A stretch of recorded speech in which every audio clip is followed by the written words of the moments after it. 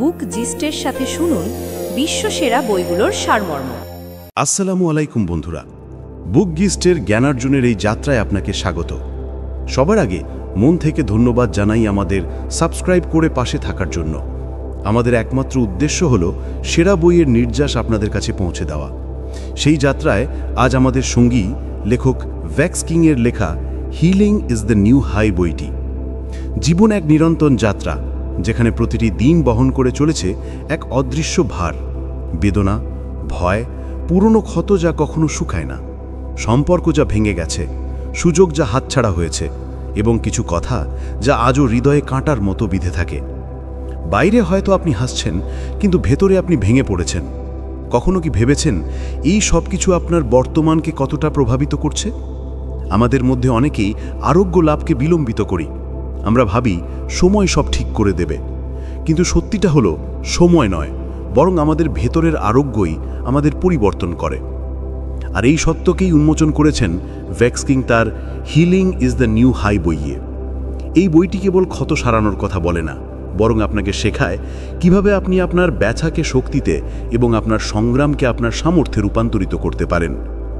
আসুন কল্পনা করি, যদি আপনি আপনার অতীতের সমস্ত নেতিবাচক শক্তিকে বিলীন করে এক নতুন শক্তি তৈরি করতে পারতেন।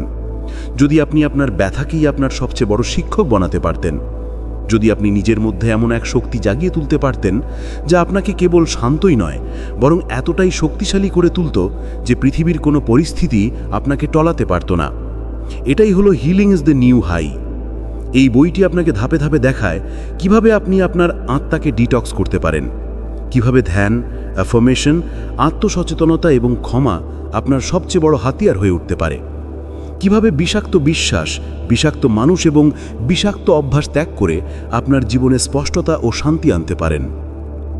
তবে সবচেয়ে আকর্ষণীয় অংশটি হলো এই যে ভ্যাক্স কিং আরোগ্যকে বিরক্তিকর বা জটিল বলে বর্ণনা করেন না। তিনি এটিকে একটি অভিযানের মতো উপস্থাপন করেন, যেখানে আপনি প্রতিবার আপনার ভেতরের একটি নতুন স্তর উন্মোচন করেন এবং আপনার প্রকৃত সত্তার আরও কাছাকাছি পৌঁছান। তিনি আরোগ্যকে এক হাই বলেন, এমন এক হাই যেখানে কোনো পার্শ্ব প্রতিক্রিয়া নেই, কেবল বৃদ্ধি রয়েছে। এবং বিশ্বাস করুন, এই বইটি কেবল পড়ার জন্য নয়, এটি জীবনযাপনের জন্য। প্রতিটি অধ্যায় আপনাকে চ্যালেঞ্জ করে, আপনার মনকে নাড়া যায় এবং আপনার আত্মাকে জাগিয়ে তোলে। সুতরাং যদি আপনি কখনো নিজেকে এই প্রশ্নগুলো করে থাকেন, আমি কেন এত মানসিক চাপ অনুভব করি, আমি কেন নিজেকে পূর্ণ মনে করি না, আমি কিভাবে আমার ভেতরের শান্তি খুঁজে পাব, তবে এই বইটির উত্তর একটাই, আরোগ্য। এটি কেবল একটি বই নয়, বরং একটি যাত্রা। একটি যাত্রা যা আপনাকে আপনার সবচেয়ে বিশুদ্ধ, শক্তিশালী ও শান্তির সংস্করণের দিকে নিয়ে যাবে। আর আজ থেকে আমরা সেই যাত্রারই সূচনা করতে যাচ্ছি। তো চলুন শুরু করা যাক। অধ্যায় 1, আরোগ্য সচেতনতা দিয়ে শুরু হয়। Healing begins with awareness.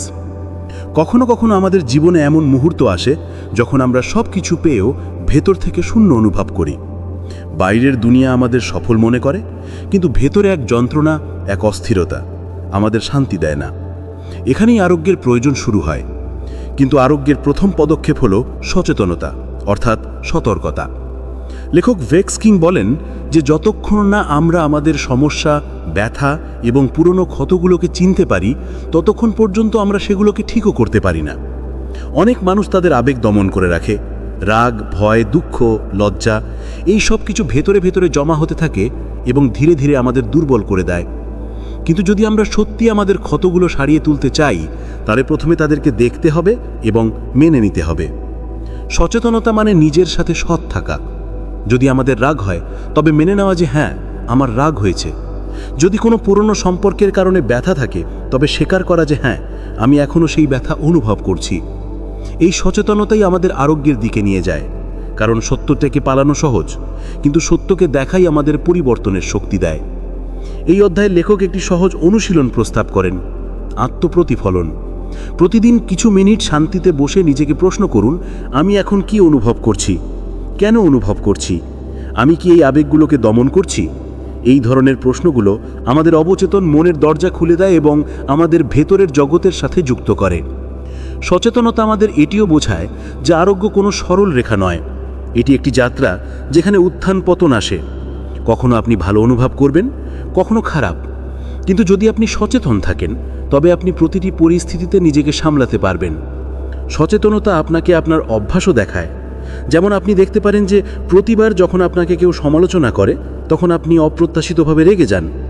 এই সচেতনতা আপনাকে বলে যে হয়তো শিশুকাল থেকে কোনো ক্ষত এখনও শুকায়নি। এই অধ্যায়ের সবচেয়ে বড় শিক্ষা হলো যে আরোগ্য শুরু হয় নিজের আবেগ, নিজের ক্ষত এবং নিজের অতীতকে স্বীকার করার মাধ্যমে। সচেতনতা আমাদের শেখায় যে যা আছে তাকে সেভাবেই দেখ, কারণ যতক্ষণ আমরা আমাদের সমস্যাকে চিনতে পারবো না ততক্ষণ সমাধান খুঁজে পাওয়াও অসম্ভব। সুতরাং আরোগ্যের প্রথম নিয়ম এটাই, নিজের ভেতরে তাকাও, সৎ হও এবং যা সত্য তাকে স্বীকার করো। সেখান থেকেই আপনার যাত্রা শুরু হবে এবং সেখান থেকেই আপনি ধীরে ধীরে আপনার মন ও আত্মাকে মুক্ত করতে পারবেন। অধ্যায় 2, আপনার ছায়াগুলোর মুখোমুখি হওয়া, ফেসিং ইয়োর শ্যাডোজ। যখন আমরা আরোগ্যের পথে চলি তখন সবচেয়ে কঠিন কিন্তু প্রয়োজনীয় পদক্ষেপ হলো আমাদের ছায়াগুলোর মুখোমুখি হওয়া। ছায়া বলতে বোঝায় সেই অংশগুলো, সেই আবেগগুলো এবং সেই স্মৃতিগুলো যা আমরা দমন করে রাখি, কারণ আমরা সেগুলোকে এড়িয়ে চলতে চাই। আমাদের সবার ভেতরে এমন ভয়, লজ্জা এবং নিরাপত্তাহীনতা লুকিয়ে থাকে যা আমরা কাউকে দেখাতে চাই না। কখনো এইগুলো আমাদের শৈশব থেকে আসে, কখনো কোনো সম্পর্ক থেকে এবং কখনো সমাজের প্রত্যাশা থেকে। কিন্তু সত্যিটা হলো এই লুকানো আবেগগুলো আমাদের আজকের জীবনে সরাসরি প্রভাব ফেলে। যতক্ষণ আমরা তাদের মুখোমুখি না হই ততক্ষণ আমরা সত্যি করে আরোগ্য লাভ করতে পারি না। ভ্যাক্সকিং বলেন যে ছায়াগুলোকে উপেক্ষা করাটা এমন যেন ঘরের ভেতরে নোংরা লুকিয়ে রাখা এবং মনে করা যে কেউ দেখতে পাবে না। বাইরে থেকে ঘরটি পরিষ্কার মনে হবে, কিন্তু ভেতরে দুর্গন্ধ এবং ভারাক্রান্ততা থেকেই যাবে।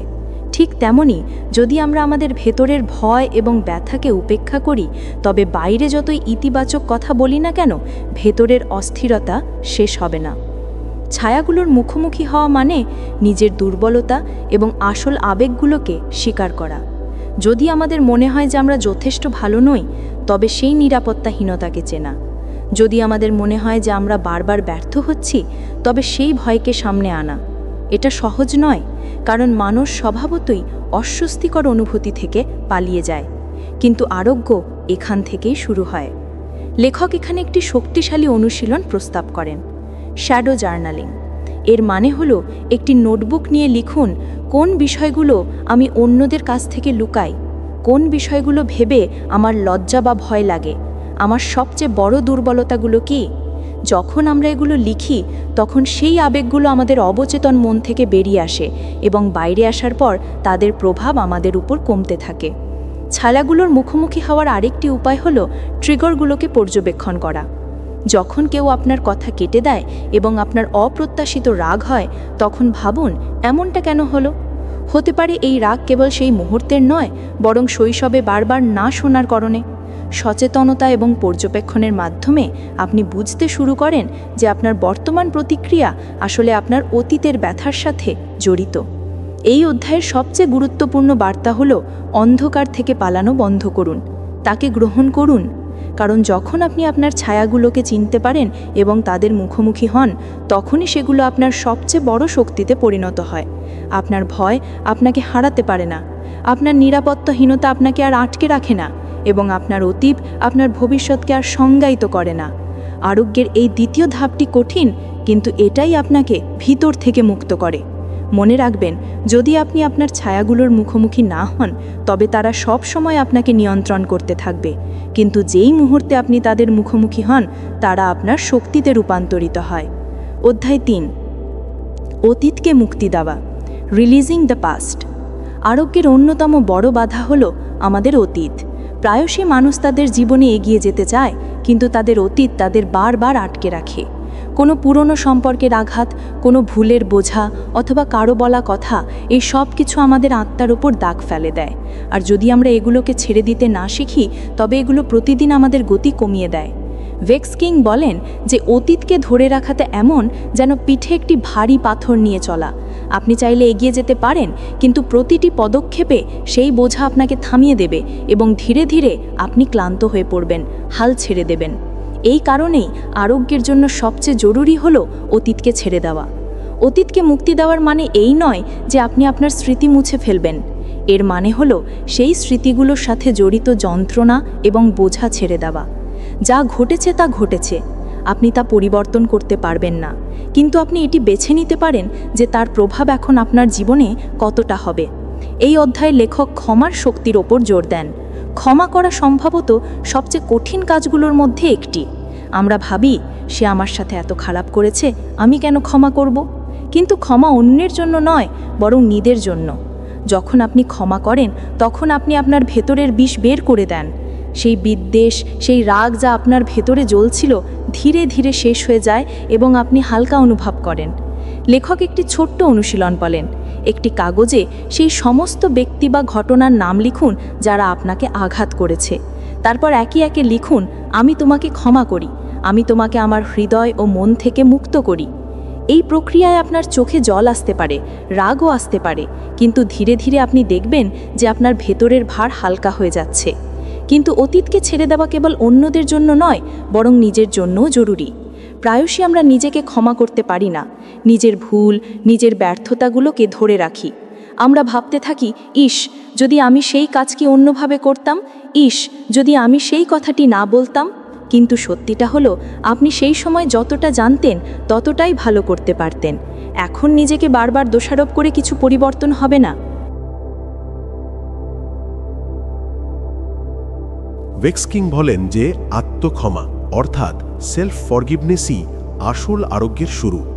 যখন আপনি নিজেকে গ্রহণ করেন, নিজের ভুল থেকে শেখেন এবং সেগুলোকে পেছনে ফেলে দেন, তখনই আপনি প্রকৃত অর্থে এগিয়ে যেতে পারেন। এই অধ্যায়টি আমাদের শেখায় যে অতীতকে ধরে রাখা আমাদের সবচেয়ে বড় বন্দিদশা, এবং যদি আমাদের আত্মাকে মুক্ত করতে হয় তবে আমাদের ক্ষমা করতে শিখতে হবে, অন্যদেরকেও এবং নিজেকেও। এটাই আসল মুক্তি। সুতরাং এখন প্রশ্ন হলো, আপনি কি আপনার অতীতকে ছেড়ে দিতে প্রস্তুত? কারণ যদি আপনি সত্যিই আরোগ্য চান, তবে অতীতের শিকল ভাঙতেই হবে।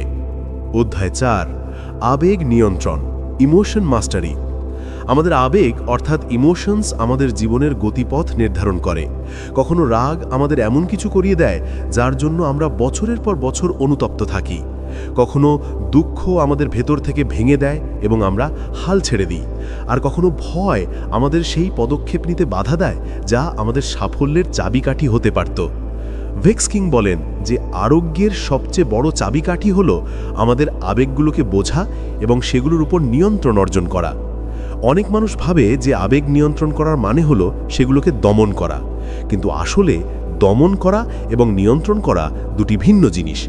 যখন আপনি আপনার আবেগগুলোকে দমন করেন, তখন সেগুলো কোথাও না কোথাও আপনার ভেতরে জমা হয়ে যায় এবং পরে ফেটে পড়ে।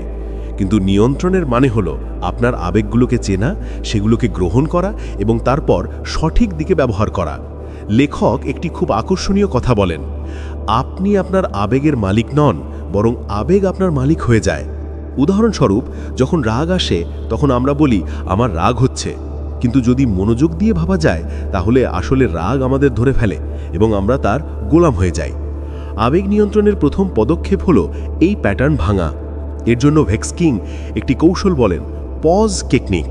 যখনই কোনো তীব্র আবেগ অনুভব হয়, যেমন রাগ বা দুঃখ, তখনই থামুন, একটি গভীর শ্বাস নিন এবং নিজেকে জিজ্ঞাসা করুন, এই অনুভূতি কেন এলো, এর কারণ কি, এবং এই বিষয়ে প্রতিক্রিয়া জানানো কি আমার জন্য জরুরি? শুধু এতটুকু করলেই আপনি প্রতিক্রিয়া মোড থেকে বেরিয়ে এসে সাড়া দেওয়ার মোডে চলে আসেন। অর্থাৎ এখন আপনি আপনার আবেগগুলোকে নিজেই নিয়ন্ত্রণ করছেন। আবেগ নিয়ন্ত্রণের দ্বিতীয় অংশ হলো সচেতনতা। আপনার আবেগগুলোর একটি জার্নাল রাখা শুরু করুন। প্রতিদিন লিখুন যে আজ আপনি কোন কোন আবেগ সবচেয়ে বেশি অনুভব করেছেন। কি জিনিস আপনাকে রাগিয়ে তোলে, কি জিনিস আপনাকে খুশি করে, কি জিনিস আপনাকে ভয় দেখায়।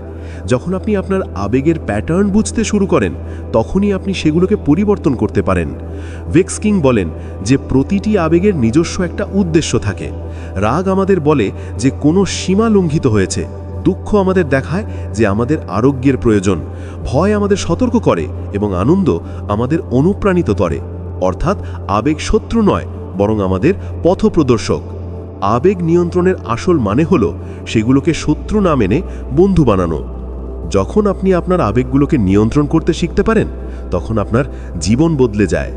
এখন রাগ আপনার সিদ্ধান্ত নেবে না, এখন ভয় আপনাকে আটকাতে পারবে না, এখন দুঃখ আপনাকে ভাঙবে না, বরং আপনাকে আরও শক্তিশালী করবে। এটাই আসল আরোগ্য। যখন আপনার আবেগ আপনার দাস হয়ে যায়, আপনি তাদের নয়। সুতরাং এখন প্রশ্ন হলো, আপনি কি আপনার আবেগগুলোর ওপর নিয়ন্ত্রণ অর্জন করতে প্রস্তুত? কারণ যদি আপনি সত্যিই আরোগ্য চান, তবে এই নিয়ন্ত্রণই আপনাকে এক নতুন স্তরে নিয়ে যাবে, যেখান থেকে আরোগ্য এবং বৃদ্ধি সহজ হয়ে যাবে। অধ্যায় 5, আত্মপ্রেমের শক্তি, the power of self love. আরোগ্যের সবচেয়ে গুরুত্বপূর্ণ ভিত্তি হল আত্মপ্রেম। যতক্ষণ না একজন ব্যক্তি নিজেকে সম্পূর্ণরূপে গ্রহণ করতে পারে, ততক্ষণ না সে তার আঘাত থেকে বেরিয়ে আসতে পারে এবং না তার স্বপ্ন পূরণ করতে পারে। ভেক্স কিং বলেন যে আত্মপ্রেমের মানে শুধু আয়নায় দেখে আমি নিজেকে ভালোবাসি বলা নয়, বরং নিজেকে সেই রূপে গ্রহণ করা যে রূপে আপনি আছেন, আপনার ত্রুটিগুলো সহ। অনেক সময় আমাদের বেড়ে ওঠা সমাজ বা সম্পর্ক আমাদের এই অনুভূতি দেয় যে আমরা যথেষ্ট ভালো নই। শৈশবে কেউ বলেছিল যে তুমি দুর্বল, কেউ বলেছিল যে তুমি সুন্দর নও, কেউ বলেছিল যে তুমি কিছু করতে পারবে না। এই কথাগুলো আমাদের মনে এত গভীরভাবে গেঁথে যায় যে আমরা নিজেদেরকে কম মূল্যায়ন করতে শুরু করি। আত্মপ্রেম হলো এই শিকল ভাঙার নাম। লেখক বলেন যে আত্মপ্রেম 3টি অংশে বিভক্ত: গ্রহণ অর্থাৎ অ্যাকসেপ্টেন্স, সমবেদনা অর্থাৎ কম্প্যাশন এবং বৃদ্ধি অর্থাৎ গ্রোথ। প্রথমটি হলো গ্রহণ, নিজেকে সেভাবেই গ্রহণ করা যেমন আপনি এখন আছেন। এর মানে এই নয় যে আপনি নিজেকে উন্নত করার চেষ্টা করবেন না, বরং এটি বোঝা যে আপনার মূল্য আপনার বাহ্যিক রূপ, ভুল বা ব্যর্থতা দিয়ে নির্ধারিত হয় না। আপনি যেমন আছেন তেমনই অমূল্য। দ্বিতীয় অংশটি হলো সমবেদনা, নিজের প্রতি সেই দয়া এবং কোমলতা রাখা যা আপনি অন্যের প্রতি রাখেন। যখন আপনার কোনো কাছের মানুষ ভুল করে, তখন আপনি তাকে বোঝান, তাকে সান্ত্বনা দেন। কিন্তু যখন আপনি নিজে ভুল করেন, তখন নিজেকে দোষারোপ করেন। আত্মপ্রেমের মানে হলো নিজেকে সেই সমবেদনা দেওয়া। তৃতীয় অংশটি হলো বৃদ্ধি। নিজেকে ভালোবাসার মানে এটিও যে আপনি নিজের জন্য সেরাটা চান।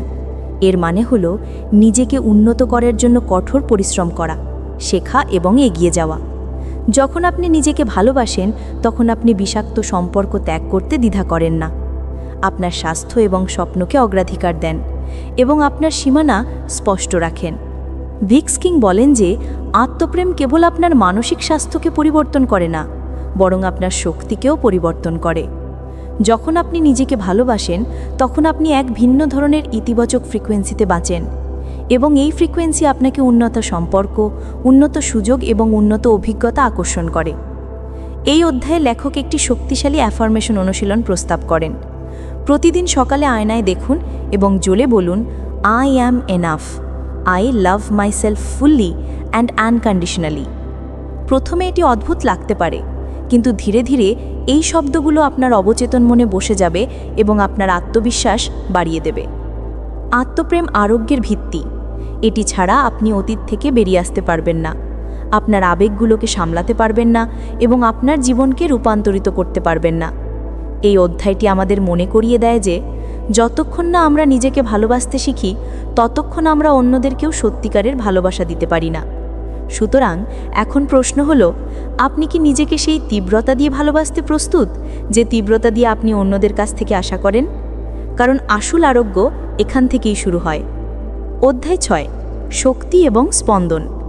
আমরা সবাই শুধু মাংস আর হাড় দিয়ে তৈরি নই, বরং আমরা শক্তির তৈরি। আমাদের চিন্তা, আমাদের অনুভূতি এবং আমাদের কাজ সবই স্পন্দন বহন করে। ভেক্স কিং বলেন যে আরোগ্যকে বোঝার জন্য আমাদের এটি জানতে হবে যে আমাদের শক্তিই আমাদের বাস্তবতাকে আকার দেয়। আমরা যে ধরনের স্পন্দন বহন করি, সেই ধরনের মানুষ, পরিস্থিতি এবং অভিজ্ঞতা আমাদের দিকে আকৃষ্ট হয়। কখনো কি খেয়াল করেছেন, যখন আপনি খুব ইতিবাচক অনুভব করছেন, তখন সব কিছু মসৃণ মনে হয়, মানুষও ভালো লাগে, কাজও সহজ মনে হয় এবং সুযোগগুলো নিজে থেকেই আসে। অন্যদিকে যখন আপনি নেতিবাচক অবস্থায় থাকেন, রাগ, দুঃখ বা ভয়ে, তখন ছোটোখাটো বিষয়েও বড় সমস্যা মনে হয়। এটা কোনো জাদু নয়, বরং স্পন্দন এবং শক্তির খেলা। ভেক্স কিং বলেন যে প্রতিটি আবেগের একটি ফ্রিকোয়েন্সি থাকে। যেমন প্রেম, আনন্দ এবং কৃতজ্ঞতা হলো উচ্চ ফ্রিকোয়েন্সি স্পন্দন। অন্যদিকে রাগ, ঈর্ষা এবং ঘৃণা হলো নিম্ন ফ্রিকোয়েন্সি স্পন্দন।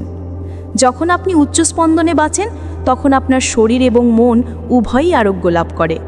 আপনি হালকা, খুশি এবং উদ্যমী অনুভব করেন। কিন্তু যখন আপনি নিম্ন স্পন্দনে থাকেন, তখন আপনি ক্লান্ত, চাপ এবং নেতিবাচকতায় ভরে যান। এখন প্রশ্ন হলো, আপনার স্পন্দনকে কিভাবে উচ্চ করা যায়? লেখক এই জন্য বেশ কিছু অনুশীলনের পরামর্শ দেন। প্রথমত, কৃতজ্ঞতা। প্রতিদিন 3টি জিনিস লিখুন যার জন্য আপনি কৃতজ্ঞ। কৃতজ্ঞতা তাৎক্ষণিকভাবে আপনার শক্তিকে উন্নত করে। দ্বিতীয়ত, ধ্যান। কিছু সময় চুপ করে বসে নিজের ভেতরের শান্তি অনুভব করা আপনার ফ্রিকোয়েন্সি বাড়ায়। তৃতীয়ত, পরিবেশ। আপনি যাদের সাথে সময় কাটান, যেসব জিনিস ব্যবহার করেন, যেমন টিভি, সোশ্যাল মিডিয়া, এই সব কিছু আপনার শক্তির ওপর প্রভাব ফেলে। ইতিবাচক মানুষের সাথে থাকা এবং আপলিফটিং কন্টেন্ট দেখা স্পন্দনকে উচ্চ করে। ভেক্সকিং এটিও বলেন যে প্রকৃতি একটি প্রাকৃতিক শক্তি আরোগ্যকারী। গাছের মধ্যে সময় কাটানো, খোলা আকাশের নিচে হাঁটা বা পানির কাছে বসা আপনার স্পন্দনকে স্বাভাবিকভাবেই উন্নত করে। এই কারণেই আমরা প্রকৃতির কাছাকাছি থেকে হালকা এবং সতেজ অনুভব করি। কিন্তু সবচেয়ে গুরুত্বপূর্ণ বিষয় হলো যা আপনি আপনার চিন্তাগুলোকে নিয়ন্ত্রণ করুন। নেতিবাচক চিন্তা স্বাভাবিকভাবেই নিম্ন স্পন্দন তৈরি করে। এর প্রতিকার হলো অ্যাফার্মেশনস এবং ইতিবাচক আত্মকথন। যদি আপনি বারবার আপনার মনকে এটি মনে করিয়ে দেন যে আপনি সক্ষম, আপনি যোগ্য, তাহলে ধীরে ধীরে আপনার শক্তি পরিবর্তিত হতে শুরু করে। এই অধ্যায়ের বার্তা স্পষ্ট যে আরোগ্য কেবল শরীরের নয়, বরং শক্তিরও। যখন আপনি আপনার স্পন্দনকে উচ্চ রাখেন, তখন আপনি কেবল মানসিক এবং শারীরিকভাবে সুস্থ থাকেন না, বরং আপনার জীবনের সুযোগ এবং সম্পর্কও উন্নত হতে শুরু করে। সুতরাং আপনি কি আপনার শক্তিকে উন্নত করতে এবং উচ্চ স্পন্দনে বাঁচতে প্রস্তুত? কারণ এটাই সেই চাবিকাঠি যা আপনাকে কেবল আরোগ্য নয়, বরং প্রাচুর্যের দিকেও নিয়ে যাবে। অধ্যায় 7, নেতিবাচক চক্র ভাঙা। প্রতিটি মানুষের জীবনে কিছু এমন প্যাটার্ন থাকে যা বারবার পুনরাবৃত্তি হয়। কেউ সম্পর্কে সবসময় বিষাক্ত মানুষদের আকর্ষণ করে, কেউ আর্থিক সংগ্রাম থেকে বেরিয়ে আসতে পারে না, এবং কেউ সবসময় অপরাধবোধ এবং আত্মসন্দেহের চক্রে ফেসে থাকে। ভেক্সকিং বলেন যে এই সব নেতিবাচক চক্র, এবং এগুলি যদি ভাঙা না হয় তাহলে আরোগ্য অপূর্ণ থেকে যায়। এই চক্রগুলোর মূল আমাদের বিশ্বাস এবং অভ্যাস নিহিত। শৈশবে পাওয়া অভিজ্ঞতা এবং শেখা পাঠ আমাদের চিন্তাকে আকার দেয়। যদি আমাদের বারবার শেখানো হয় যে তুমি কিছু করতে পারবে না, তবে মন অবচেতনভাবে এমন পরিস্থিতি আকর্ষণ করে যেখানে আমরা ব্যর্থ হয়ে যাই। এটাই নেতিবাচক চক্র। লেখক বলেন যে এই চক্রগুলো ভাঙার প্রথম পদক্ষেপ হলো সচেতনতা, অর্থাৎ নিজের জীবনকে পর্যবেক্ষণ করা এবং এটি চিহ্নিত করা যে কোন প্যাটার্নগুলো বারবার পুনরাবৃত্তি হচ্ছে। একটি জার্নালে লিখুন, আমার সাথে কোন সমস্যাগুলো বারবার আসে, কোন পরিস্থিতিতে আমি বারবার ফেঁসে যাই। যখন আপনি এগুলো লিখেন তখন স্পষ্টতা আসে। দ্বিতীয় পদক্ষেপ হলো ট্রিগারগুলো চেনা। প্রতিটি চক্রের একটি ট্রিগার থাকে। যেমন যদি কেউ বারবার বিষাক্ত সম্পর্কে যায়, তবে সম্ভবত তার মধ্যে বৈধতার প্রয়োজন এত গভীর যে সে ভুল মানুষের থেকেও মনোযোগকে প্রেম মনে করে। ট্রিগার চেনার পর আপনি সচেতন পছন্দ তৈরি করতে পারেন। তৃতীয় পদক্ষেপ হলো নতুন প্যাটার্ন তৈরি করা। নেতিবাচক চক্রকে কেবল সচেতনতা দিয়ে ভাঙা যায় না, তার জায়গায় ইতিবাচক অভ্যাস এবং বিশ্বাস স্থাপন করতে হয়। উদাহরণস্বরূপ, যদি আপনি বারবার আলস্য করেন, তবে তার জায়গায় ছোট ছোট দৈনন্দিন কাজের অভ্যাস তৈরি করতে হবে। ভেক্সকিং এটিও বলেন যে চক্রগুলো ভাঙার জন্য সীমানা নির্ধারণ করা অত্যন্ত জরুরি। অনেক সময় আমরা অন্যদের খুশি করার জন্য হ্যাঁ বলি এবং নিজেদের ক্ষতি করি, কিন্তু সীমানা আমাদের রক্ষা করে এবং নেতিবাচক লুপ থেকে বাইরে বের করে। এই অধ্যায়ে লেখক একটি শক্তিশালী ভিজুয়ালাইজেশন অনুশীলনের কথা বলেন। চোখ বন্ধ করুন এবং কল্পনা করুন যে আপনার চারপাশে একটি বৃত্ত রয়েছে। এই বৃত্ত আপনার পুরনো প্যাটার্নস এবং নেতিবাচকতাকে ধারণ করে। এখন ভিজুয়ালাইজ করুন যে আপনি সেই বৃত্ত থেকে বেরিয়ে আসছেন এবং এক নতুন আলোয় ভরা পথে পা রাখছেন। এই প্রতীকী কাজ আপনার অবচেতন মনকে বলে যে এখন চক্র ভাঙার সময় এসেছে। নেতিবাচক চক্র কেবল সমস্যা নয়, বরং সুযোগও। কারণ যখন আপনি সেগুলোকে চিনতে পারেন এবং ভাঙেন, তখন আপনি নিজের মধ্যে এক নতুন শক্তি অনুভব করেন। আপনি আর শিকার থাকেন না, বরং আপনার গল্পের স্রষ্টা হয়ে ওঠেন। সুতরাং প্রশ্ন হলো, আপনি কি আপনার জীবনের সেই চক্রগুলোকে চিনতে এবং ভাঙতে প্রস্তুত, যা আপনাকে বারবার সেখানে টেনে নিয়ে আসে? কারণ আরোগ্য তখনই পূর্ণ হবে যখন আপনি সচেতনভাবে একটি নতুন পথ বেছে নেবেন। অধ্যায় 8, স্থিতিস্থাপকতা গড়ে তোলা, বিল্ডিং রেজিলিয়েন্স। জীবন কখনো সহজ হয় না, কখনো পরিস্থিতি আমাদের ভেঙে দেয়, কখনো মানুষ।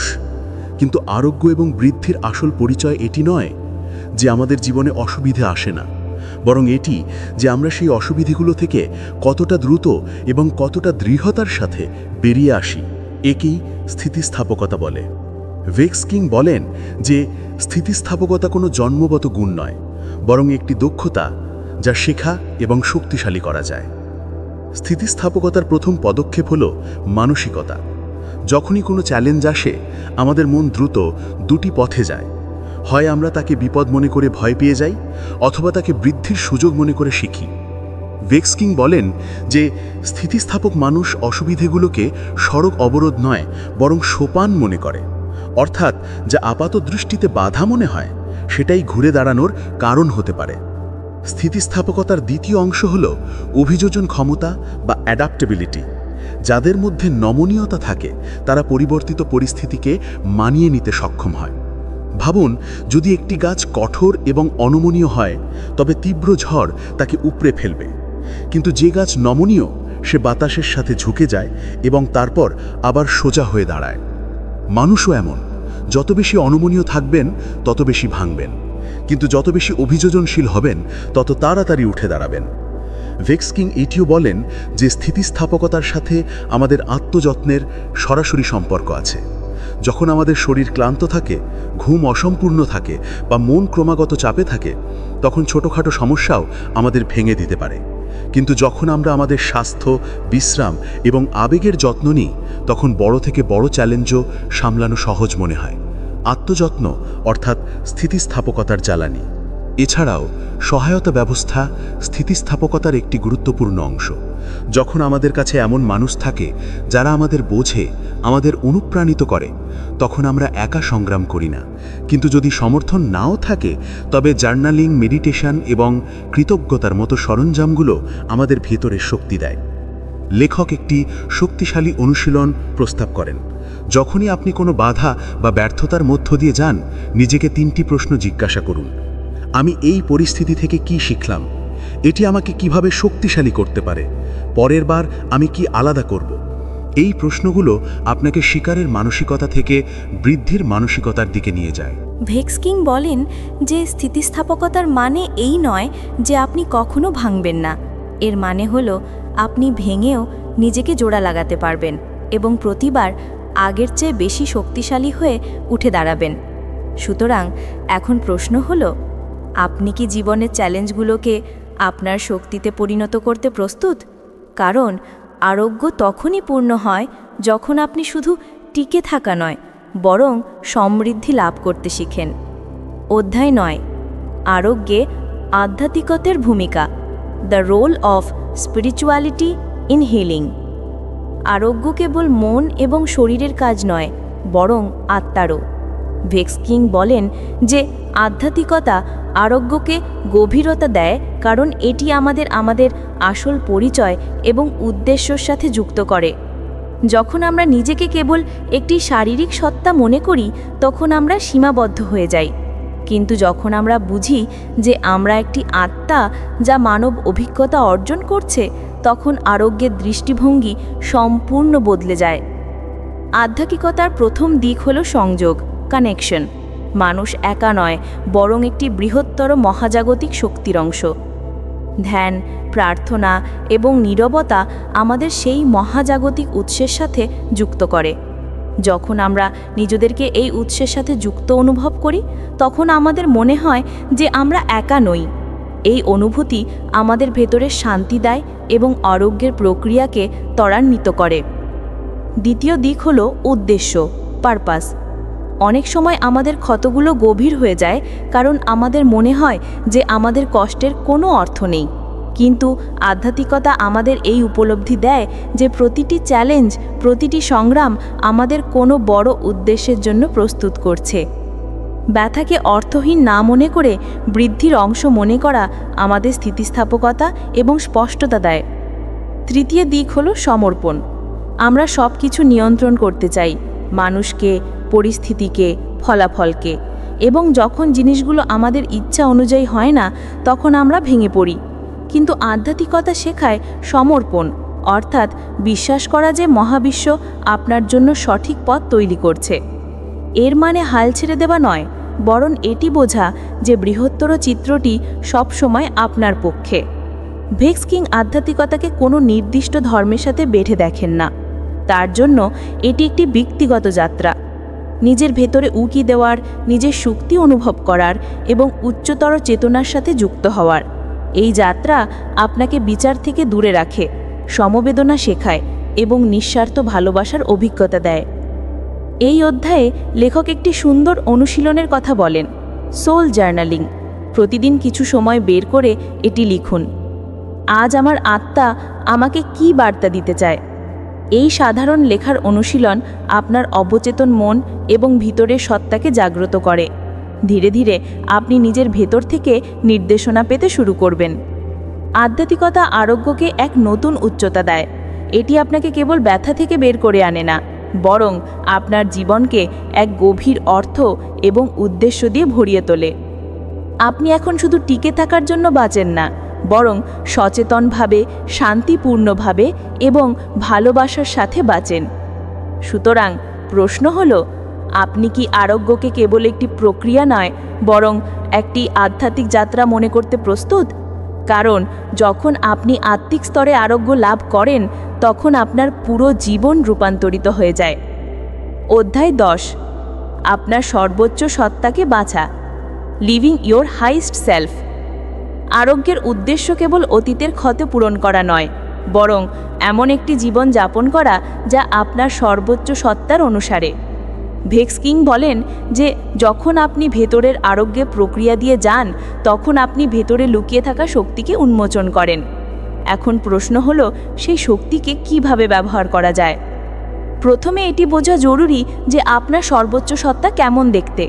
সেই সংস্করণ যা প্রেমে পূর্ণ, যে তার উদ্দেশ্য জানে, যে ভয় থেকে নয় বরং বিশ্বাস থেকে সিদ্ধান্ত নেয়। যখন আপনি আপনার সর্বোচ্চ সত্তাকে কল্পনা করেন, তখন আরোগ্যের প্রতিটি পদক্ষেপ আপনাকে তার দিকে নিয়ে যায়। এই যাত্রায় প্রথম নীতি হল সারাইবদ্ধতা, অর্থাৎ আপনার চিন্তা, কথা এবং কাজ একই দিকে হবে।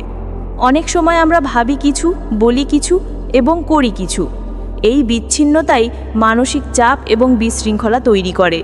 কিন্তু যখন আপনি সারাইবদ্ধভাবে বাঁচেন, তখন আপনি স্পষ্টতা এবং শান্তি উভয় পান। দ্বিতীয় নীতি হলো সীমান্ত। আপনার সর্বোচ্চ সত্তা সবাইকে খুশি করার জন্য নয়, সে জানে কখন হ্যাঁ বলতে হবে এবং কখন না। স্বাস্থ্যকর সীমান্ত আপনার শক্তিকে বাঁচায় এবং আপনাকে ক্ষমতায়িত রাখে।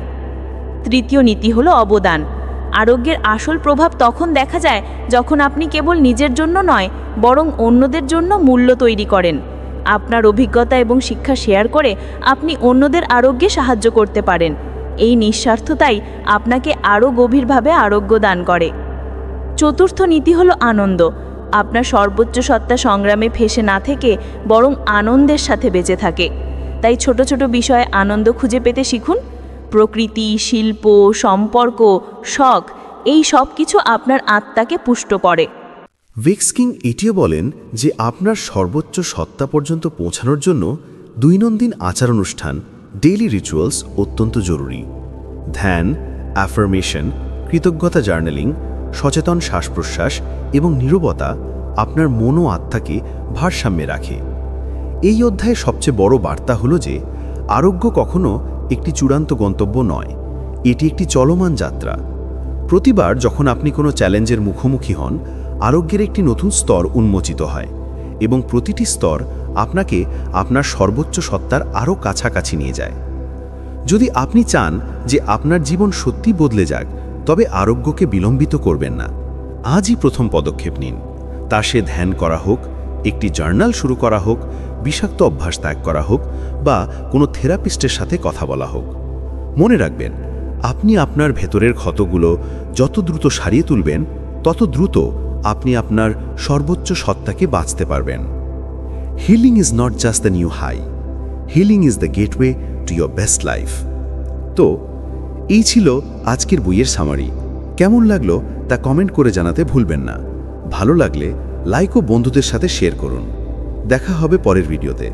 এরকম আরও ভিডিও পেতে আমাদের বুকজিস্ট চ্যানেলটিকে সাবস্ক্রাইব করে রাখুন এবং নতুন ভিডিওর আপডেট সবার আগে পেতে নোটিফিকেশন বেলটি বাজিয়ে দিন। ভিডিওটি শেষ পর্যন্ত শোনার জন্য আপনাকে অসংখ্য ধন্যবাদ।